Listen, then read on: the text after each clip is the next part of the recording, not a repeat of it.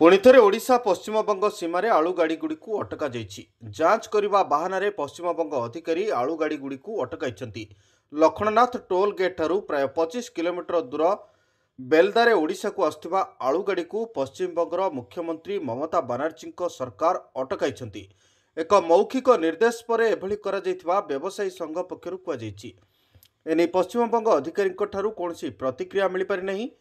पश्चिमबंग सरकार अनुमति पर ही आलू ट्रक ओडिशा रे प्रवेश करिबो बोली ट्रक ड्राइवर माने कहउछंती।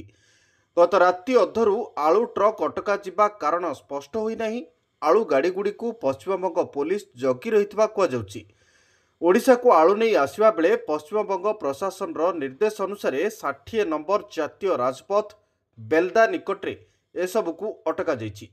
पश्चिमबंग में आलू दर ह्रास न पाइबा पर्यंत बाहर राज्य को आलू जोगाण हेब नहीं बोली सूचना मिली। फल अनुमति न पाई बेलदा निकटरे शह शह आलू ट्रक अटकी रही।